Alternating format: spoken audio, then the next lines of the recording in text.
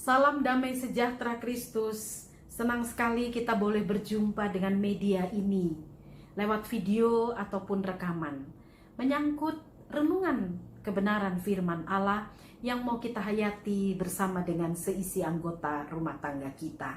Pembacaan Alkitab malam hari ini terambil dari kitab Keluaran pasalnya yang keempat ayat 10 hingga ke-17.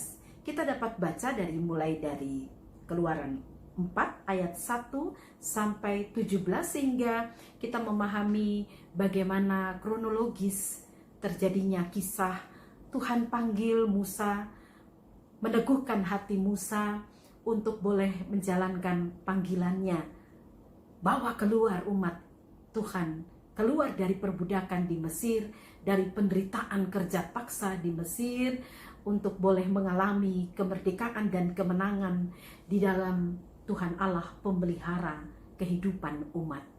Dan yang sangat peduli terhadap kehidupan umat, terlebih yang menderita dan sengsara, yang lemah dan tertindas.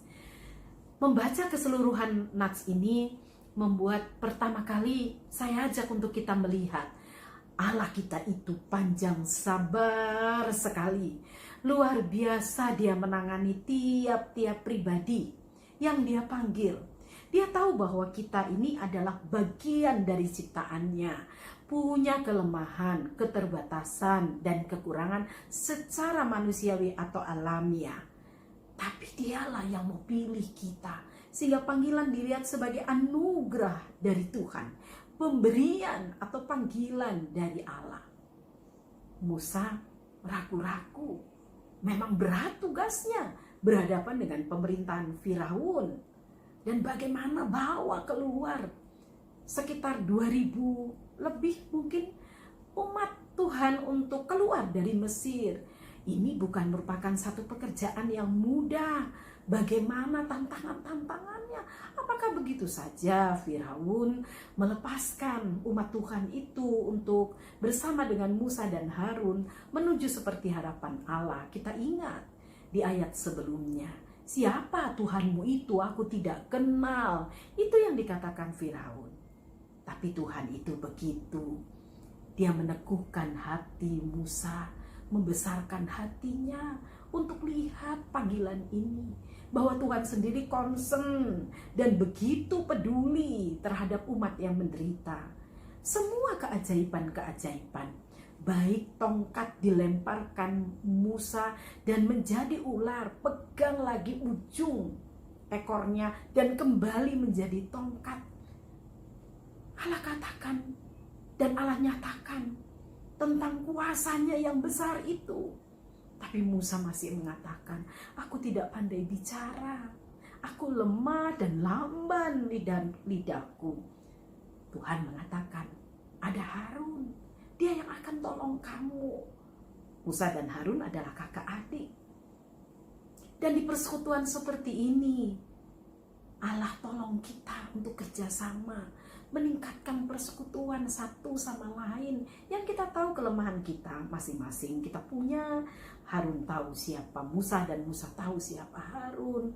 Dan lihat, Harun dapat menolongmu. Apa saja yang kusampaikan, sampaikan kepada Harun, maka dia akan mengatakannya. Coba Allah lihat tiap pribadi dengan potensi-potensi yang ada dan mana yang harus dikembangkan. Allah juga peduli.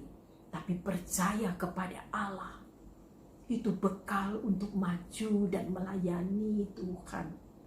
Yakin, beriman bahwa kita tidak pernah sendiri dalam mengerjakan apa yang menjadi harapan Allah itu dan keinginan serta kehendak Allah itu. Karena ini rencananya dan ini hatinya, ini maksudnya, supaya kita menjadi agen pembebas, menjadi pribadi-pribadi yang turut berjuang dengan spirit kebangkitan Kristus, menolong yang menderita, menolong yang susah, menolong yang lemah. Dan Musa mengerjakan panggilan itu karena ia percaya kepada Allah.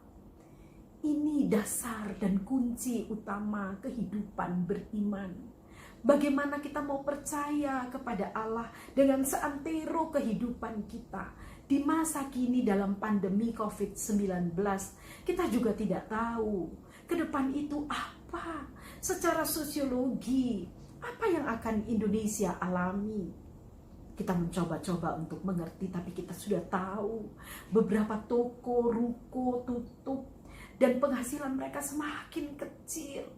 Semua orang berusaha untuk di dalam rumah, mengerjakan segala sesuatunya di dalam rumah. Mungkin ada yang sudah berhenti bekerja atau di PHK-kan oleh perusahaan atau lembaga di mana mereka berkarya.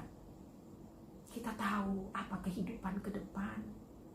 Kita berjumpa orang lain saja, kita masih curiga, apa dia pembawa COVID atau tidak? Apa saya bisa terjangkit olehnya atau tidak? Ini memang hal yang wajar, tetapi secara sosial ini sangat mempengaruhi kita dalam interaksi dan perjumpaan kita dengan sesama kita, alam lingkungan kita, bahkan respon kita terhadap Tuhan. Saya mau memberi jalan. Sekalipun hidup ini berat, penuh keterbatasan, kekurangan, dan kelemahan, kita dapat melakukan sesuatu seperti yang Tuhan mau. Apa yang Dia mau? Tidak ada yang lain selain menyatakan kasih-Nya yang membebaskan, kasih-Nya yang memberikan kemenangan, kasih-Nya yang membuat untuk terus memuliakan nama-Nya dan mengagungkan kebesaran-Nya di atas setiap tindakan kita. Anda pernah mengalami dan merasakan kelemahan dalam diri, keterbatasan, ketakutan dalam kehidupan kita? Pasti saya juga pernah mengalaminya. Coba ceritakan pengalaman-pengalaman bagaimana Tuhan memperlengkapi, bagaimana Tuhan ternyata hidup dan menyiapkan semua yang kita butuhkan, yang kita hadapi dengan berbagai macam persoalan-persoalan. Mari berbagi pengalaman. Mari papa bisa menceritakan kepada anak-anak, istri. Mama bisa ceritakan kepada suami, anak-anak. Bagaimana Tuhan memperlengkapi dan menyiapkan untuk dapat survive dalam kehidupan ini. Dan bagaimana sikap kita melihat Musa berkali-kali menolak tawaran Tuhan untuk menjadi utusannya. Belajar dari Musa, kita menaruh rasa percaya kita kepada Tuhan. Berbekalkan rasa percaya yang sungguh bahwa Dia akan bertindak maju lebih daripada kita bertindak. Bahwa Dia akan memagari, memperlengkapi dan menyiapkan segala yang kita perlukan. Dan itu semata-mata untuk misinya. Kita hanya alat di dalam tangannya. Tuhan mau pakai kita dalam keluarga, dalam persekutuan dengan sesama, tapi juga menyatakan cinta terhadap alam dan bumi ini. Kita doakan ya, semoga pandemi COVID-19 ini dapat segera diatasi. Kita berdoa bagi pemerintah, berdoa bagi gereja yang luar biasa, menghayati keselamatan, supaya banyak orang sehat dan diselamatkan. Tidak terjangkit wabah COVID ini. Kita berdoa bagi mereka yang masih bergumul, khususnya di rumah-rumah sakit, bahkan rumah sakit yang baru disediakan, rumah sakit Wisma Atlet. Kita berdoa seperti lampu yang bernyala di tiap-tiap ruangan di gedung Wisma Atlet, yang menangani semua yang menderita. Mereka punya pengharapan yang besar. Kita mungkin mendengarkan bunyi ambulan, sirene. Kita takut siapa di dalamnya yang menderita. Tuhan menyentuh hati kita. Mari kita bergerak. Dengan bergerak kita membuktikan besar kuasa Tuhan.